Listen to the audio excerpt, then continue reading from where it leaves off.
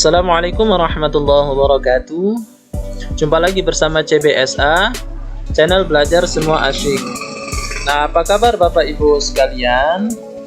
Mudah-mudahan selalu dalam keberkahan dan segala urusannya dipermudah. Pada video kali ini kita akan mempelajari tentang sistem peredaran darah manusia. Kita akan mempelajari bagaimana kita bisa cepat hafal dari mekanisme peredaran darah manusia dan sulit untuk melupakannya. Nah, jadi ikuti terus video ini ya.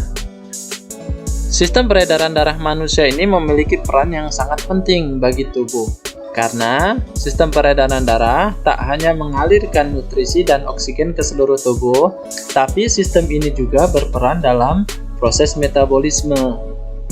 Kemudian organ sistem peredaran darah itu meliputi jantung dan pembuluh darah. Kemudian bagian jantung terbagi menjadi 4 ruang. Ruang kanan, kiri, dan atas bawah. Adapun ruang yang sebelah kanan bagian atas itu disebut dengan serambi atau atrium kanan. Kemudian yang bawahnya disebut dengan bilik atau ventrikel kanan. Kemudian yang sebelah kiri bagian atas disebut dengan serambi atau atrium kiri, dan yang sebelah bawahnya disebut dengan bilik atau ventrikel kiri. Kemudian di jantung juga terdapat pembuluh. Nah, pembuluh balik yang menuju ke jantung dari seluruh tubuh ini disebut dengan vena cava superior, dan ada juga vena cava inferior yang bagian bawah. Kemudian di sini dari jantung menuju ke paru-paru akan melalui pembuluh arteri pulmonalis. Nah, di sini disebut pulmonalis kiri karena di sini yang sebelah kiri. Nah, karena di sini ada percabangan. Nah, yang sebelah sini pulmonalis kanan. Kemudian pembuluh yang dari jantung menuju ke seluruh tubuh itu disebut pembuluh besar aorta. Kemudian ada lagi pembuluh vena pulmonalis, yaitu dari paru-paru ke jantung. Itu disebut dengan vena pulmonalis. Jadi ingat saja, setiap ada pembuluh vena, itu pasti dia darah akan kembali ke jantung. Ini melalui vena. Kalau yang seluruh tubuh vena cava, kalau dari paru-paru itu vena pulmonalis. Kemudian setiap ruang di jantung ini juga terpisahkan oleh katup. Yang pertama, antara serambi atau atrium kanan dengan bilik kanan itu terpisahkan oleh katup triskupit. Sedangkan bilik kanan dengan arteri pulmonalis itu terpisahkan oleh katup pulmonal. Sedangkan antara serambi kiri dengan bilik kiri terpisahkan oleh katup mitral, dan bilik kiri dengan pembuluh aorta terpisahkan oleh katup aorta. Kemudian mekanisme peredaran darah. Jadi yang pertama, darah dari seluruh tubuh ini akan kaya dengan karbon dioksida atau CO2. Nah, spesifiknya dari bagian kepala dan tangan ini akan menuju ke serambi kanan melalui vena cava superior. Sedangkan dari seluruh tubuh, spesifiknya bagian kaki ini akan kaya dengan CO2 menuju ke serambi kanan melalui vena cava inferior. Kemudian darah yang kaya CO2 tersebut akan menuju ke paru-paru. Dari bilik kanan akan dipompa ke paru-paru melalui arteri pulmonalis. Kemudian di paru-paru darah tersebut akan bertukar gas CO2 dengan O2 di alveolus. Kemudian setelah terjadi pertukaran gas CO2 dengan O2, maka darah akan kembali lagi ke jantung melalui vena pulmonalis. Nah, jadi darah yang kaya oksigen tersebut akan kembali lagi ke jantung melalui vena pulmonalis menuju ke serambi atau atrium kiri. Jadi ingat, setiap serambi atau atrium itu dia pertama kali menerima darah. Kalau serambi kanan itu darah kaya CO2 karena dari seluruh tubuh. Kalau serambi kiri itu darah kaya dengan oksigen karena dari paru-paru. Kemudian dari serambi kiri itu akan menuju ke bilik kiri. Nah, sebelum dipompa ke seluruh tubuh akan menuju ke bilik kiri yang bertugas memompa darah dari jantung ke seluruh tubuh melalui pembuluh aorta.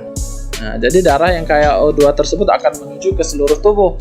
Kemudian setelah digunakan oksigen tersebut di seluruh tubuh, maka akan kembali lagi ke jantung melalui vena cava superior dan vena cava inferior, kembali lagi ke jantung. Nah, prosesnya akan terus seperti itu terus selama detak jantung masih berdenyut. Jadi, seperti itu. Jadi secara umumnya peredaran darah manusia ini terbagi menjadi dua, yakni peredaran darah kecil dan peredaran darah besar. Kalau dia peredaran darah kecil itu dia dari jantung menuju paru-paru dan akan kembali lagi ke jantung. Nah, kemudian spesifiknya jantung bagian mana? Jantungnya yaitu bagian bilik kanan, kemudian menuju ke paru-paru dan akan kembali ke serambi kiri. Untuk mempermudah menghafalnya, kita buat singkatan. Jadi untuk peredaran darah kecil ini adalah pencil basi. Pen itu peredaran darah, cilnya itu kecil. Sedangkan kalimat basi, B-nya itu bilik, A-nya itu kanan, kemudian S-nya itu serambi, dan I-nya itu adalah kiri. Jadi kita singkat pencil basi. Kemudian untuk peredaran darah besar itu jantung, seluruh tubuh, dan jantung. Jadi ingat, kalau peredaran darah kecil dia itu paru-paru, kalau peredaran darah besar itu seluruh tubuh. Kemudian spesifiknya dari peredaran darah besar yaitu jantung bagian bilik kiri ke seluruh tubuh, kemudian kembali ke serambi kanan. Lebih mudahnya kita ingat dengan berbisa. Ber itu besar, B-nya, kemudian kalimat bisa itu B-nya itu bilik, I-nya itu kiri, kemudian S-nya itu serambi, dan A-nya kanan. Jadi berbisa, peredaran darah besar dimulai dari bilik kiri, kemudian kembali lagi ke jantung bagian serambi kanan. Nah, untuk menguji seberapa paham kita terhadap konsep peredaran darah, maka kita akan mencoba soal-soal. Nah, soal-soal ini dibuat dengan hot atau high order thinking skill. Nah, tapi sebelum kita menuju ke soal dan membahasnya, saya mengingatkan untuk sobat yang belum subscribe channel ini untuk subscribe terlebih dahulu. Kemudian aktifkan lonceng notifikasinya agar sobat sekalian tidak tertinggal video-video terbaru dari channel ini. Dan apabila video ini dirasa bermanfaat, maka bisa di-share ke sobat-sobat yang mungkin membutuhkan, mungkin untuk persiapan ujian atau persiapan bagi Bapak Ibu guru, persiapan menghadapi tes P3K. Baik, kita langsung saja ke soalnya. Untuk soal yang pertama, mekanisme peredaran darah yang benar adalah. Nah, jadi kita harus mengetahui mekanisme peredaran darah, kemudian kita memilih dari jawaban tersebut yang benar. Yang pertama, darah yang kaya dengan CO2 mengalir ke atrium kanan. Nah, sudah benar ya. CO2 mengalir ke atrium kanan atau serambi kanan dan dialirkan ke ventrikel kanan. Benar. Dan kemudian menuju ke paru-paru. Kemudian kembali lagi ke jantung bagian serambi kiri melalui pembuluh aorta. Bukan melalui pembuluh aorta, tetapi melalui pembuluh vena pulmonalis. Jadi jawaban yang A ini salah ya. Kemudian Pilihan yang B, darah yang kaya dengan CO2 mengalir ke serambi kanan dan dialirkan ke bilik kanan dan kemudian menuju ke paru-paru melalui arteri pulmonalis. Benar ya, menuju ke paru-paru melalui arteri pulmonalis. Kemudian kembali lagi ke jantung bagian serambi kiri. Nah, ini benar. Sehingga jawabannya adalah yang B.